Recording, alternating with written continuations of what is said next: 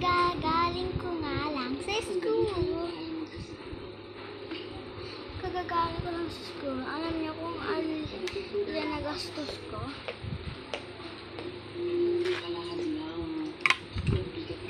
50 yung baon ko. Tapos, yung nagastos ko, 10 pesos lang. Ha? Tapos, kanina, nabasa yung shoes ko. Diba, malakas yung ulan kanina?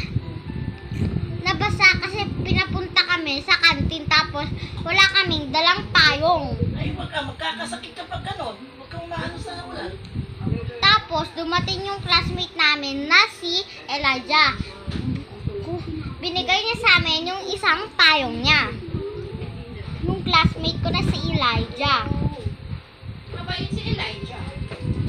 Maganda pa siya. Ay, gwapo siya. Di ba lalaki si Elijah? Hindi, babae siya. Elijah. Hindi siya babae. Ay, hindi siya mabait. Ba't pala si Elijah? Away natin siya. Away natin siya, ah.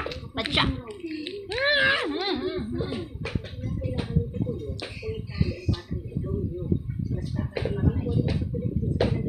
So, yun yung kanina pala nag-test kami. Tanungan sa mga places. Saan matatagpuan anong cave ang matatagpuan sa Cagayan? Parang ganun. Mali! Cagayan Cave! Cagayan Cave kasi, di ba matatagpuan sa Cagayan? Hindi Cagayan Cave. Galing ko na.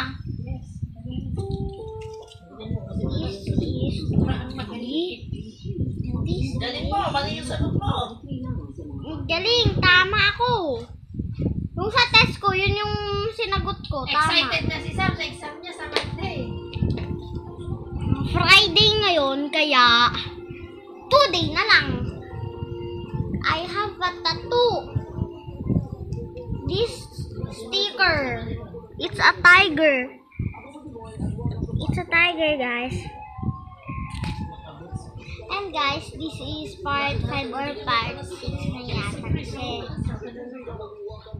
Siguro yung kaya sakit niya yung kinakwento ko yung sa school. mas okay na. Ngayon, itong Maintenance parang gano'n. sticker ilalagay ko Baka kaya ng mga doktor sa legs ko. Kasi tuyo na yung legs ko. Kasi yung mainit pa kanina. Pawis ako. OMG guys. Guys, ito. Chicken. Nakikita niyo ba? Parang hindi yata eh. Yan guys, dyan ko nilagay. Kailangan kasi kutkutin. Kutkut. Babalik muna ako. Ay, babalik. Hala, ang cute ng dog. Mas maganda yung kanina, white ah. Hindi, mas maganda ako. Ito guys, so. Ayan. Ayan, ano po sa mo? Sam, tinan mo yung white. Oo, alam ko. Mas maganda ko dyan.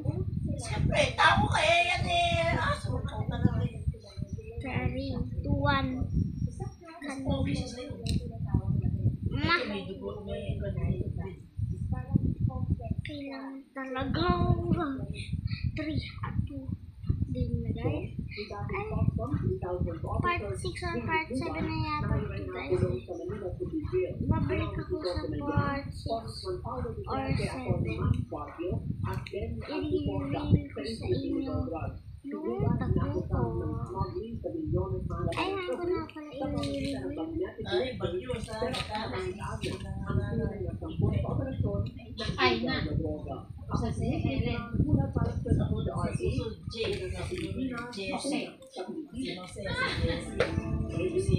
Sumampang naman ang aligasyong binibigay daw po na ni Pastor Tigulo yung ilang pastoral sa malalapit niyang kaibigan, ito raw po'y sinisilip na.